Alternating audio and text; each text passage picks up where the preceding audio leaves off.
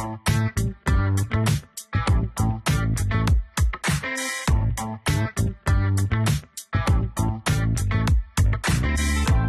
to Running on Ice, the coolest community in freight. I'm your host, Mary O'Connell, bringing you the latest tech updates, warehouse news, and everything happening in the cold chain world.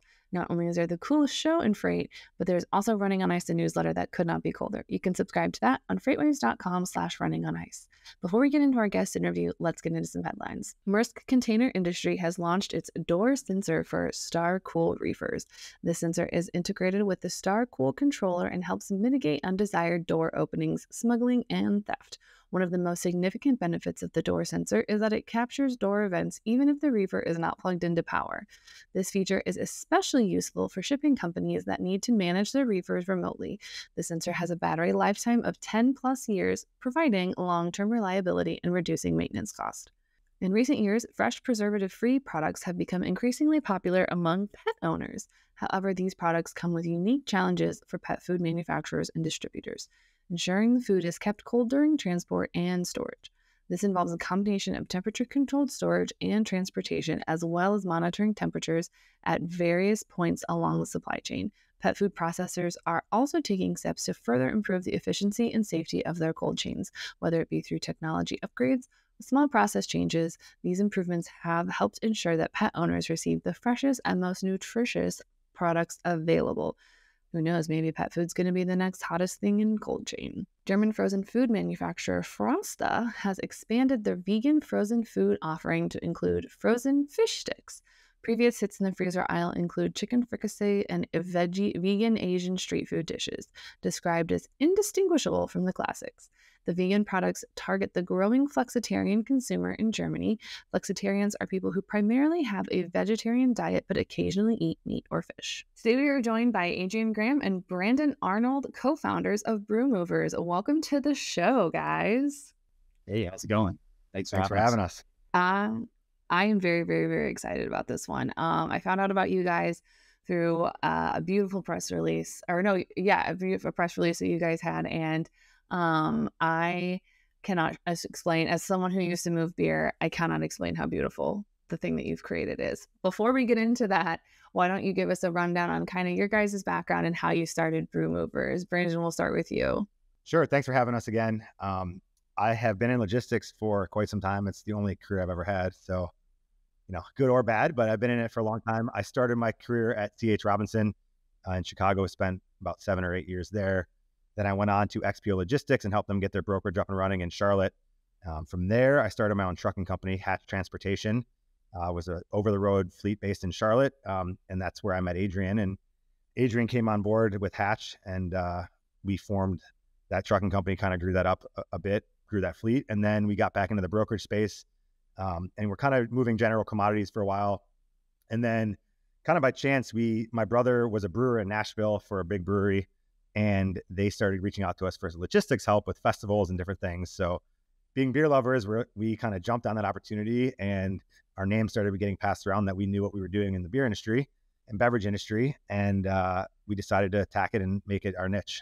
So fast forward about 6-7 years later, and we are the co-owners of Brew Movers. And also you'll hear about Pallet Parka coming up soon. Adrian, do you have a similar story of how you landed in logistics?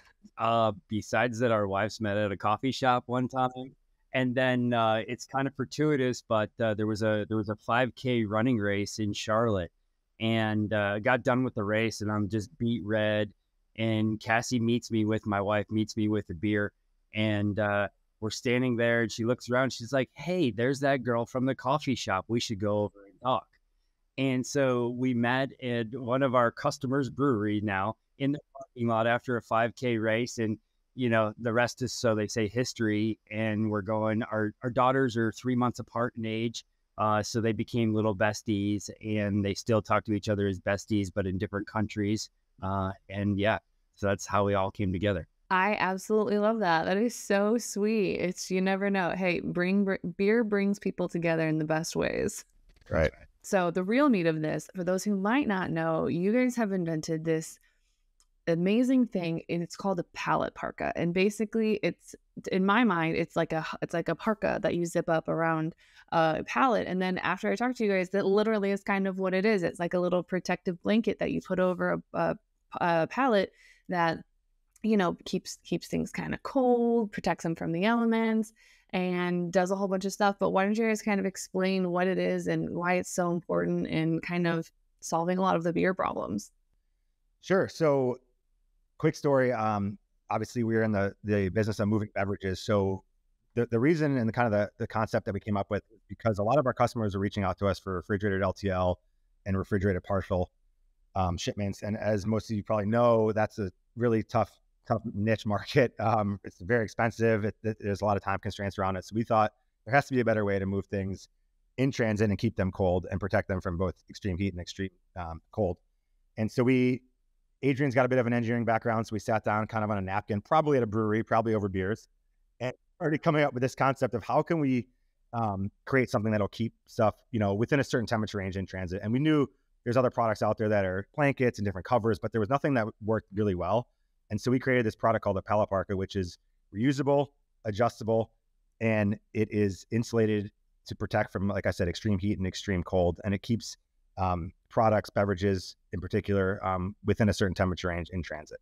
I absolutely love that. It's, I think you guys literally created like a giant jacket to keep beer cold, because it can't get warm when you're driving through the middle of Phoenix in the middle of summer when it's like 120 degrees outside.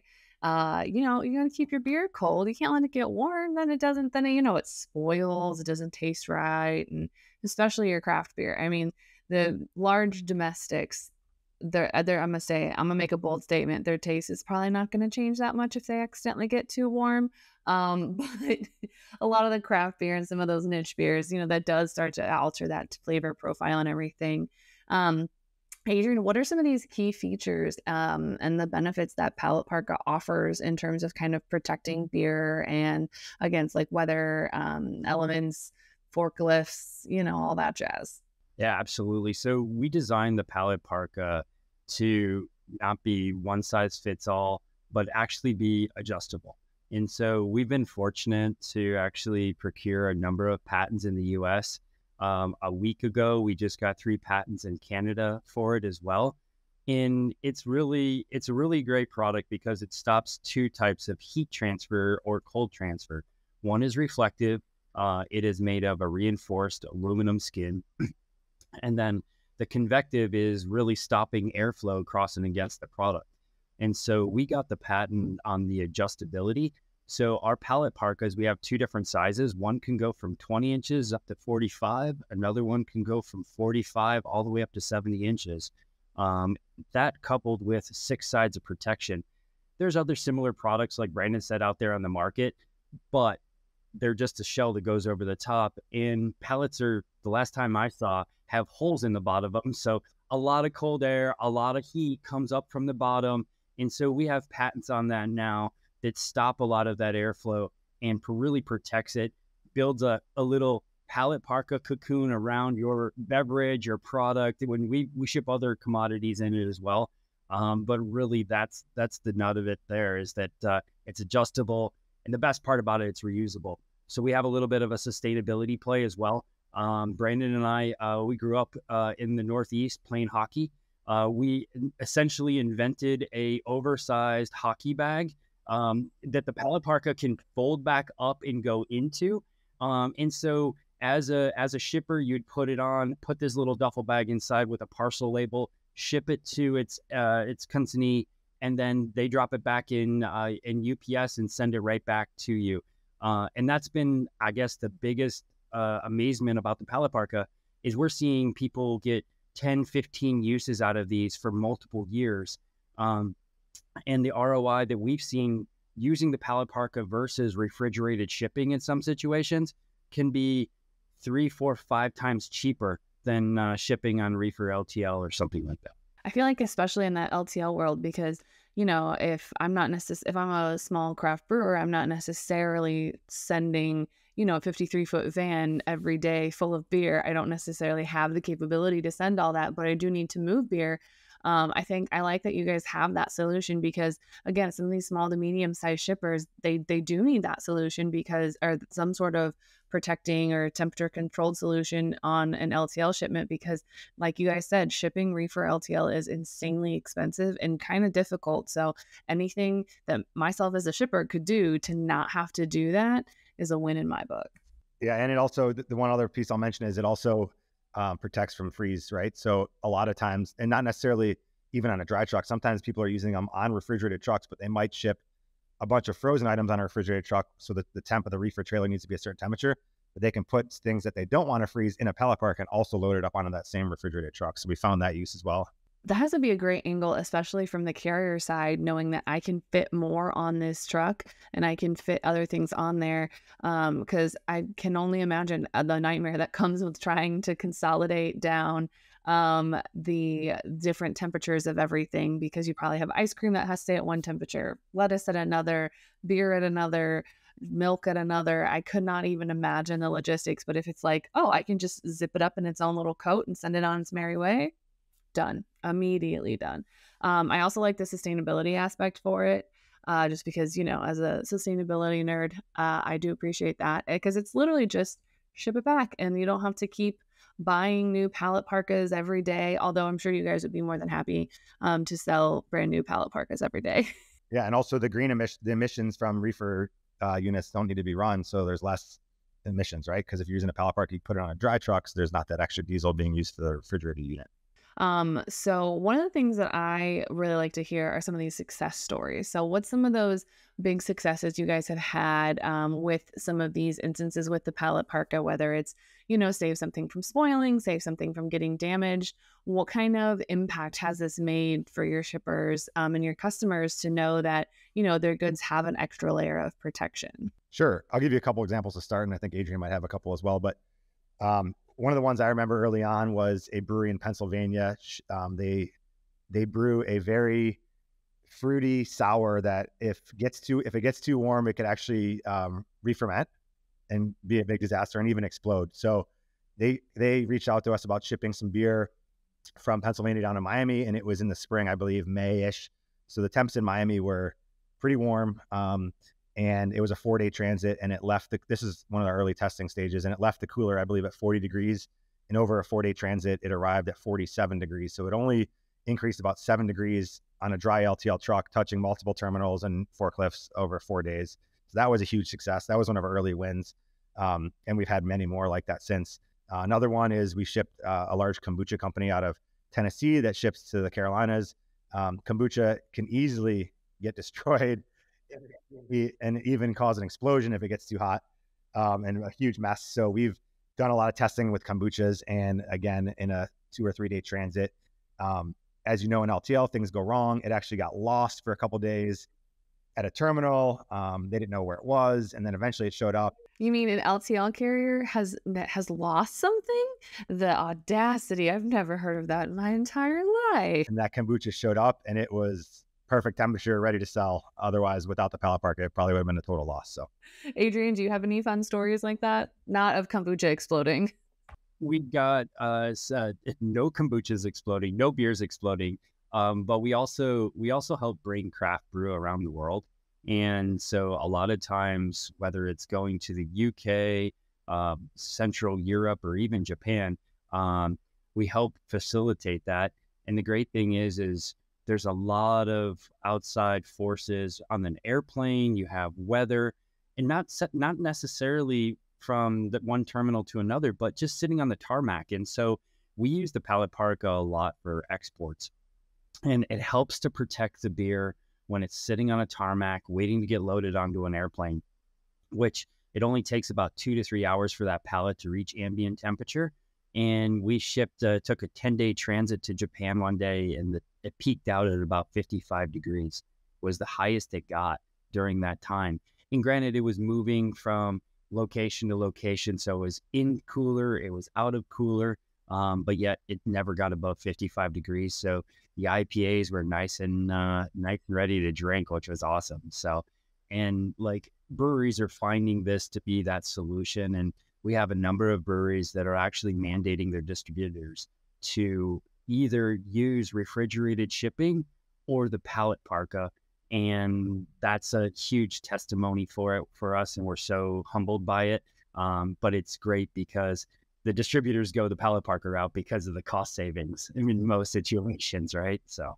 Oh, absolutely. If I was a distributor and I could go buy something that I could reuse over and over again for this shipper, or if I had to pay an insanely high transportation bill, I would obviously go just buy something that I can reuse over and over again, because it's not going to be the last time that I send beer to that person. I didn't even think about the tarmac one. Like, those tarmacs get hot. Like, as I don't stand on the tarmac when I get off the plane in the Midwest summer, but I like feel the heat in the little, is it the jet bridge or whatever you walk off the plane onto? You feel that heat and you immediately just go, oh, I could not imagine being an ice cold beer sitting on the tarmac after like 20 minutes, just immediately being like, this is the worst. So I guess we have all the good things and the things that it helps solve, but are there any kind of limitations or considerations that need to be taken into account when, you're implementing something like this? Is there some like aggressive training that needs to happen with warehouse workers? Or is there just some kind of limitations that exist with the Pallet Parka? Because I can't probably do everything unless it is able to do my taxes, in which case I'll take one right now. There are limitations to it. As far as installation, it literally takes about an additional 5 minutes to wrap the pallet. But included with that 5 minutes, beyond the weather protection from heat or cold, you're actually getting stabilization on your pallet as well. And I think we're going to share a video with you of what happened to one pallet of beer that completely flipped over. The amount of Velcro that helps hold this tightly on there supplies a tremendous amount of force protection, which is great. So that's one of the benefits. But regarding the limitations, it's like just about anything. I think in our consumer world, we're getting really used to drinking very cold water that we pour ice into some metal contraption. We're not going to mention the name, and it can last a day or 2 days. The ice is going to last, but eventually Mother Nature is going to win out, right? The same thing with the Pallet Parka. It all depends on the ambient temperature and how long you're looking to go. So we make some recommendations, and we like to say 1 to 4 days in transit is ideal for the Pallet Parka. Now, people have done more, and they've done everything in between. So we like to say 1 to 4 days. The other thing is, it's really know your commodity, right? So beer has tolerances. It doesn't need to be 40 degrees to be still fresh. Certain beers can go up to 55 degrees. Some can go up to 70. We talked to one of our big wine customers, and he said, as long as the temperature of the wine slowly increases and doesn't have violent spikes up and down, the wine is still going to be just fine to drink. And so we've done paint use cases and other things. So it really depends. If you're looking for a product that's going to keep your commodity at 40 degrees from cradle to grave, the Pallet Parka is not your option. But if you have some tolerances that you're willing to work within, the Pallet Parka is going to be a great solution and save money. Oh, absolutely. I forgot the wine application as well. I think that's a really good point, that, it's not necessarily going to guarantee that, like some of the containers that you see produce shipped in the grocery store, some of those like little totes that keep it at exactly the exact right temperature. This is more just like, it's going to stay within this general area, but it can't guarantee that it's going to stay at 32 degrees the entire shipment, which is a very important thing. But not all, like you said, not all shippers require that. So that's something that's nice to have. But speaking of that video that you have, we're going to show it right now. That pallet is sideways where my forks are. It's the top of the pallet. There's already a pallet strap to the bottom. I'm going to try to just flip it over and see what happens.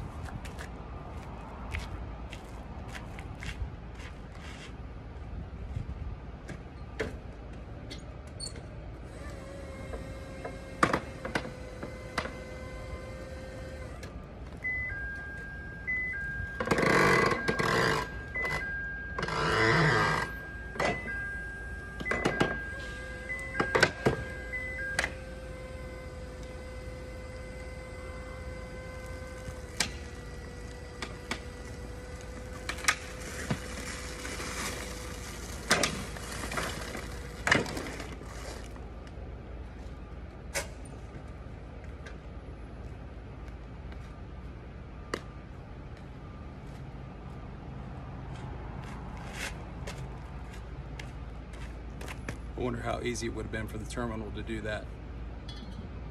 So this was actually a distributor in North Carolina that received this. They've been a great partner with the Pallet Parka, and when they had these things arrive, we got a text message from JD, and he's like, "You won't believe what happened." And I'm like, "Oh God!" Like I immediately started getting scared. And he's like, "I'm gonna send you a video.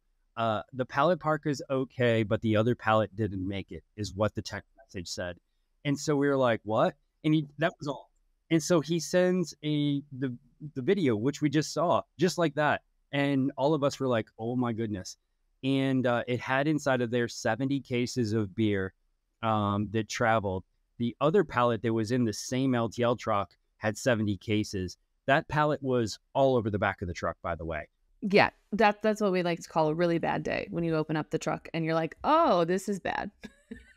Yeah, cans rolling around, scratched, dented, right? I mean, somebody at the distro is going to have nice beer, but you can't sell it at retail anymore, right? And so, yeah, I mean, you watch the video, and as it's doing that last little tip right there, I think Brandon and I both got extremely scared, right? Because we've never put it through that sort of testing before, but it held together. I think they had 3 damaged cases out of 70.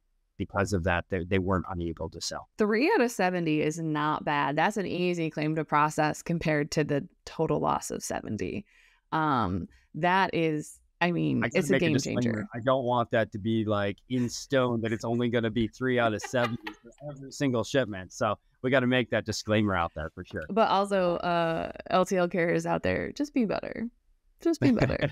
So we are running out of time, but there is a question that everyone comes on the show and you two that has to answer, and you two are no exception. So I'm going to start with you, Brandon. Is cereal considered a soup? Well, we eat our cereal with beer in it. So I don't know if you consider beer and Cheerios a soup. No. I don't know. I'd have to Google that, but I think the short answer is if you don't have any vegetable stock or beef stock in it, it's not considered a soup, but I might be wrong. Oh, I've not heard that reasoning before. I like that one. Adrian, what do you have for cereal as a soup? So I think the milk part throws me off a little bit, right? Because you got gazpacho soup and then you got hot soup. And I guess depending on the cereal, if you can add meat to it, it may be classified as a soup. So like, Lucky Charms with like a side of beef or something, and then and beer. If you're listening to this and you're a soup shipper, a soup manufacturer, we can use the Pallet Parka to keep your soup either cold or warm, depending on what. You don't want it boiling before it gets to your customer. That's not a good thing. Exactly. McDonald's learned that lesson with coffee. All right. So if anyone wants to take on your Lucky Charms with a side of steak and beer, or if they have any questions about the Pallet Parka, where can they find you guys outside the show? You can find us on LinkedIn by our names, Brandon Arnold and Adrian Graham, and LinkedIn. You can also find us on Instagram at Brewmovers or at Pallet Parka, as well as Facebook. And our websites, brewmovers.com and palletparka.com. So just in case someone didn't catch the first one, there's about 700 ways to get a hold of you guys. And just assume all of the DMs are open. So slide into the DMs. We're there. That's it. Awesome. Well, thank you guys so much for coming on the show. Thank you so much for having us. Thank you so much, Mary. This has been awesome. We've had a lot of fun. You can catch other episodes of Running on Ice right here on FreightWaves TV or YouTube, anywhere else you get your podcasts like Apple Podcasts and Spotify. Need more Running on Ice news? No sweat. Subscribe to the newsletter on FreightWaves.com/running on ice. See you on the internet.